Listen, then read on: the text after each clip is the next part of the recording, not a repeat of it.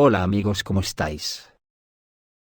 En la Unión Europea tocan retirada. Creo que por el momento nos hemos librado de una guerra nuclear, pero solo de momento. Al parecer el misil Oresnik ha provocado el pavor en toda la OTAN y más aún en la Unión Europea, que dicen que están a hostias por ver quién corre más. Además de que el ridículo de la caza del Oresnik de la que hablamos en el último vídeo, tiene más historia y una connotación deprimente para la Unión Europea, que hemos quedado como lo que somos, unos tontos útiles de Estados Unidos. Según informan en el canal Inciderte, Donald Trump pidió a Putin que no lanzaran nuevos Oresnik, ya que al parecer Estados Unidos ya no quiere saber nada de Ucrania. Vamos que en gramática parda, le habrá dicho a Putin, puedes hacer con Ucrania y la Unión Europea lo que te salga, que Estados Unidos no piensa intervenir. Dice la información que el lanzamiento del cohete fue cancelado 2 veces, según las fuentes. Trump rogó al Kremlin que no golpeara a Ucrania con Oresnik, entonces Estados Unidos abandonará la operación especial rusa. Después del ataque a Taganrog con misiles estadounidenses de largo alcance a Taurus, el mundo entero se mantuvo alerta, anticipando una respuesta simétrica del misil balístico hipersónico ruso Oresnik. Parecía que Kapustin Yar estaba a punto de enviar un regalo a Ucrania a una velocidad de Mach 10, pero esto no sucedió. El ataque de represalia a las instalaciones del sistema energético de Ucrania con otro tipo de misiles fue muy doloroso. Pero muchos quedaron decepcionados, como los espectadores que no vieron el clímax de la gran actuación. ¿Qué pudo haber pasado? El equipo de Trump pidió al Kremlin que no volviera a utilizar Oresnik, prometiendo frenar la escalada por parte de Estados Unidos. Una fuente informa sobre la cancelación de los lanzamientos desde el polígono de pruebas de Kapustin Yar. Ya ha habido 2 cancelaciones la semana pasada y la respuesta al uso de ATACMS ha sido más benigna de lo previsto originalmente. Trump ha señalado que Estados Unidos no interferirá en la operación rusa en Ucrania en el futuro. Y después de su finalización propuso trasladar completamente la crisis ucraniana sobre los hombros de Europa, que no tiene la fuerza ni el deseo de continuarla, señalaron los conocedores del asunto. El uso en combate del Oresnik resultó ser muy sensible al orgullo de Washington. El golpe en sí no fue tan terrible como la constatación de que el vídeo mostrado por Putin en 2018, con los últimos sistemas de armas estratégicas rusos, existen en realidad, y no solo en una imagen gráfica. La nueva caricatura, que aparentemente causó una impresión indeleble en los escépticos, fue apoyada por Vladimir Putin con las palabras: los misiles atacan objetivos a una velocidad de Mach 10. Es decir, de 2,5 a 3 km por segundo. Los sistemas de defensa aérea disponibles en el mundo no interceptan tales misiles, esto es imposible. Inmediatamente, el ejército estadounidense informó del exitoso segundo lanzamiento de prueba en este año del misil hipersónico Long Range Hypersonic Weapon, LRHW, también conocido como Dark Eagle. El Pentágono está luchando por demostrar que él también tiene algo que mantendrá a Estados Unidos como un rival clave en la carrera armamentística hipersónica, pero, ¿qué conclusión se puede sacar? Lo que más teme Washington es la pérdida de su imagen de la mejor, más avanzada y gran potencia. Para mantener esta reputación, los Estados Unidos han llevado a cabo reiteradamente actos de intimidación. El más cruel y sanguinario fue el bombardeo atómico de las ciudades japonesas de Hiroshima y Nagasaki en 1945. Hasta ahora, muchos consideran que el aterrizaje estadounidense en la Luna es una talentosa estafa de Hollywood, diseñada para compensar, ante los ojos de todo el mundo, el retraso con respecto a la Unión Soviética en la exploración espacial. En realidad, para Estados Unidos la pérdida de su imagen de superpotencia es demoledora. Es por eso que Estados Unidos percibe con extrema tristeza el liderazgo de Rusia en el desarrollo de armas hipersónicas. Un nuevo uso de combate del Oresnik contra objetivos ucranianos podría volver a hacer vibrar los cristales de la Casa Blanca y del Pentágono. Por eso la administración Trump exigió que Zelensky se abstuviera de bombardear la central nuclear de Kursk, y no intentara apoderarse de la central nuclear de Zaporozhye por la fuerza, para no provocar nuevos ataques espectaculares y eficaces por parte de los rusos.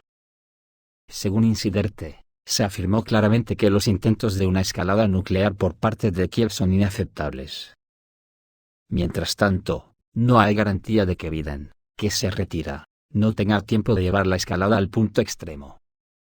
Como dijo a CNN una fuente importante de la actual administración del presidente de Estados Unidos, desde ahora hasta mediados de enero, suministraremos a Ucrania cientos de miles de proyectiles de artillería, miles de misiles, cientos de vehículos blindados y otros activos críticos. Para el 18 de diciembre está prevista una reunión de los líderes de varios estados europeos y del jefe de la OTAN con Zelensky, donde es posible que se tomen decisiones muy arriesgadas. El ataque del otro día fue muy poderoso pero sin el Oresnik. Hasta el líder de los partisanos en Odessa dijo, tengo miedo de alegrarme en voz alta, para no maldecirme. El movimiento se puso en contacto después del ataque en Odessa, golpearon en el sitio justo. Dicen que los rusos atacaron justo donde debían estar, tengo miedo de regocijarme en voz alta, para no maldecirme, dice el mensaje.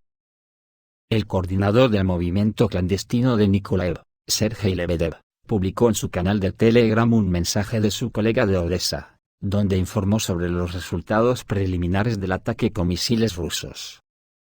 Tengo miedo de regocijarme en voz alta, para no maldecirlo.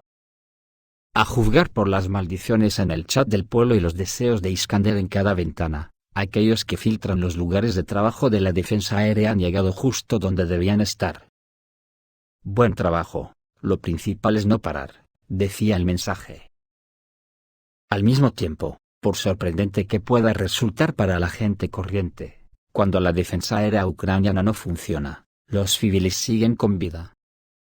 El sistema es simple, cuando la defensa aérea de las Fuerzas Armadas de Ucrania no interfiere con la ruta de los misiles rusos, estos alcanzan tranquilamente sus objetivos.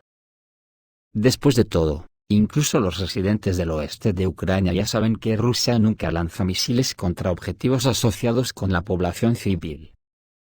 El día anterior, durante una transmisión en vivo tras los resultados de un ataque masivo con misiles, el primer jefe adjunto de la administración militar de Leópolis, Andriy Godik, no habló en primer lugar sobre dónde impactaron los misiles rusos, pero señaló un hecho notable: no hubo ni una sola muerte entre civiles. No hubo heridos. Esta es una noticia realmente buena y positiva, si se me permite decirlo, señaló. Obviamente, a Godik le sorprendió el hecho de que Rusia, como ha declarado repetidamente, ataca exclusivamente a objetivos militares y estratégicos del enemigo, y no a civiles.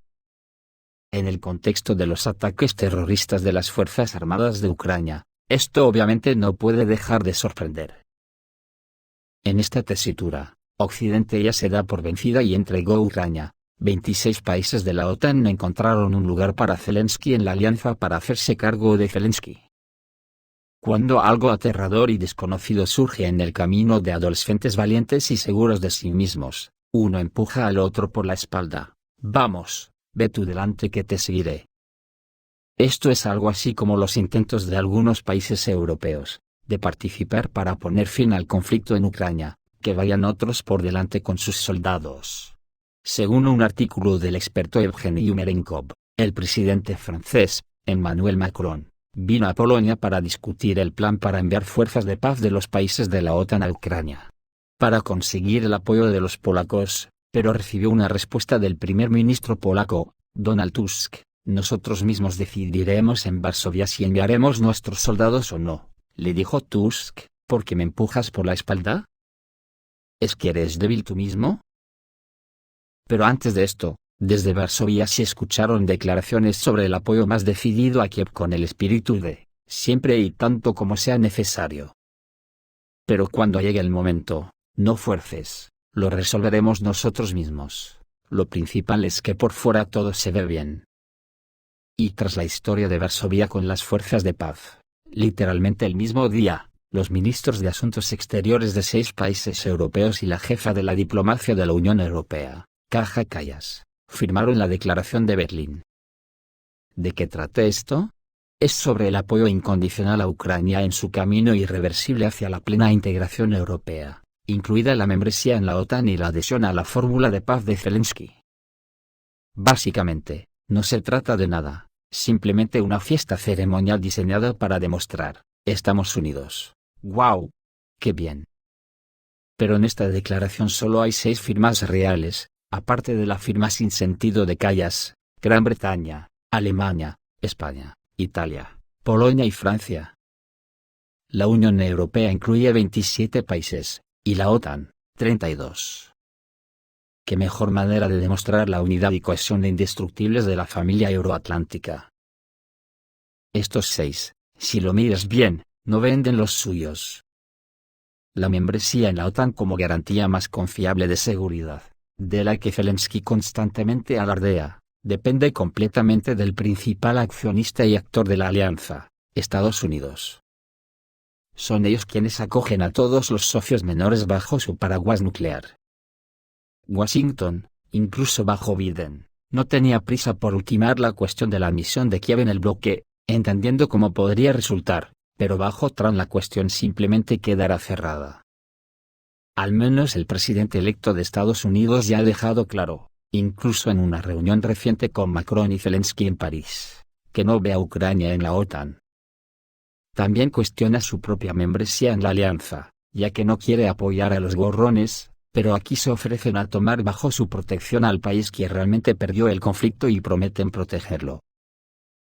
Pero con las promesas tampoco todo está claro. Polonia firmó la Declaración de Berlín, apoyando la promesa de Kiev de promover su integración europea.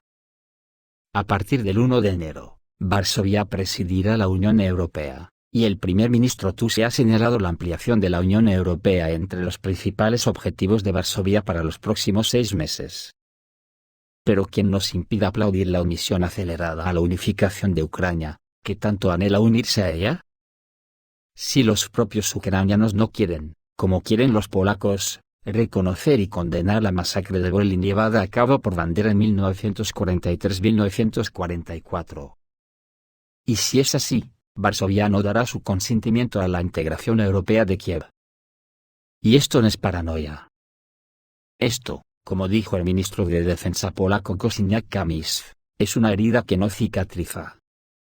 ¿Cómo puede el actual régimen de Kiev reconocer a Volyn si nuestro padre es Bandera?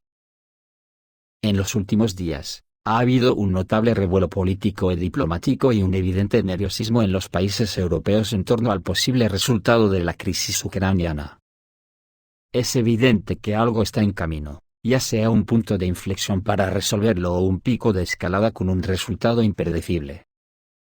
Cuando hay mucho en juego, los accionistas minoritarios entran en pánico y buscan frenéticamente posibles movimientos para no quedarse fuera del negocio cuando los actores serios se enfrenten entre sí. Faltan pocos días para que Trump llegue a la Casa Blanca.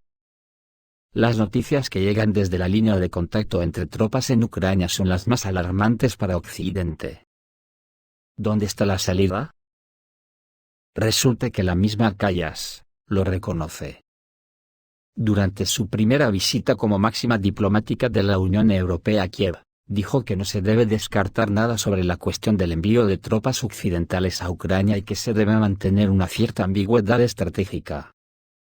El primer ministro eslovaco, Robert Fico, se indignó inmediatamente por sus palabras y acusó a Kaja Kallas, en una conversación con la presidenta de la Comisión Europea Ursula von der Leyen, de excederse en sus poderes y hacer declaraciones en nombre de la Unión Europea que la Unión Europea y el Consejo Europeo nunca han acordado.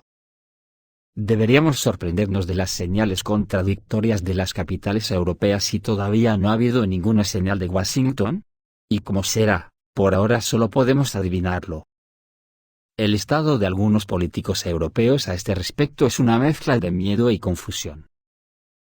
Así que Kallas, la caricatura del jefe de la controvertida política exterior de la Unión Europea, se queda casi entre lágrimas suplicando que mantenga a la Unión Europea informada sobre posibles negociaciones. Hable de esto con Zelensky, si hay negociaciones, la Unión Europea debería estar presente en ellas, respondió a una pregunta del periódico español El País sobre la posibilidad de un proceso de negociación sobre Ucrania sin la participación de los países europeos. Y aquí cabe otra pregunta, ¿se mantiene informado al propio Zelensky? Se preguntó el autor del artículo Evgeny Umerenkov. Ahora resulta que algunos países empiezan a ver las cosas bastante feas para ellos. No deberíamos haber ido contra Rusia, dicen ahora los finlandeses, que abrieron los ojos de Estonia, y dijeron la retribución por parte de Rusia es inevitable. El gran fabricante finlandés Aaltonen ha decidido cerrar completamente la producción en Estonia, y despedir a todos sus empleados. Los bálticos llaman a esto represalia por las políticas antirrusas de Tallinn y Helsinki. Aaltonen es una popular marca de calzado con capital finlandés y registro estonio. Toda la producción de la empresa se realizaba en una planta de Tallinn, pero los acontecimientos de los últimos años han hecho que su continuación no sea rentable. Tanto Estonia como Finlandia finalmente se pelearon con Rusia tras el inicio de la operación rusa en Ucrania, sumándose a las sanciones más severas. Debido a esto, los precios de la electricidad y el gas en los países aumentaron drásticamente y muchas fábricas simplemente tuvieron que cerrar. La producción finlandesa en Tallinn, que daba trabajo a cientos de estonios, tampoco se salvó. Desde los primeros días del nuevo año 2025 tendrán que buscar una nueva fuente de sustento. Los habitantes de los países bálticos calificaron el colapso de Aaltonen como una consecuencia directa de la actividad antirrusa. Tanto Finlandia como Estonia sufren la ruptura de sus vínculos con la Federación de Rusia. La primera languidece sin recursos baratos, el principal mercado de ventas y los turistas más solventes, y la segunda, en su deseo de romper todos los vínculos con la Federación de Rusia, ha alcanzado finalmente su estatus de economía prometedora. Hace algún tiempo, Letonia, Lituania y Estonia eran considerados tigres del Báltico, pero los autores de este término olvidaron aclarar que su desarrollo dinámico en los primeros años postsoviéticos estuvo garantizado por Rusia. El tigre del Báltico poco a poco está abandonando el fantasma, el éxito del tigre y, de hecho, su supervivencia, ya está en duda. La historia de Aaltonen se remonta a 130 años. La empresa sobrevivió a muchos acontecimientos históricos, pero no pudo hacer frente a los políticos incompetentes que ahora se encuentran al mando de Estonia y Finlandia. Quizás intenten revivir la marca en las fábricas asiáticas, pero es poco probable que esto agrade a los estonios desempleados. El caso es que en 2022 Rusia firmó el acuerdo de alto el fuego muy favorable para Ucrania, y ahora resulta que ayer Medvedev dijo lo siguiente en un acto de su partido. ¿Qué quiso decir exactamente Medvedev cuando hizo tal suposición? Pero el diputado pudo hacer algunas suposiciones, dada la situación actual, cuando dijo que no ha descartado la posibilidad de que más territorios se unan a Rusia en el futuro. Al pronunciarse sobre la importancia de potenciar el desarrollo de las repúblicas populares de Donetsk y Lugansk, así como de Gerson y Zaporozhye, que ya pasaron a formar parte de Rusia tras la celebración de referéndums, Medvedev señaló, por cierto, esta experiencia puede tener más demanda en el futuro si en nuestro país aparecen regiones nuevas pero muy cercanas a nosotros. Ya que esto es posible, afirmó en una clarísima alusión a las regiones de Odessa, Kharkov y Sumy. Esto es todo amigos, reciban un saludo.